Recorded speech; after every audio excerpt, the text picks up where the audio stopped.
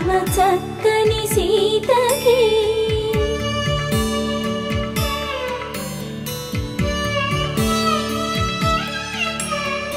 ఎర్ర జాబిలి చేయి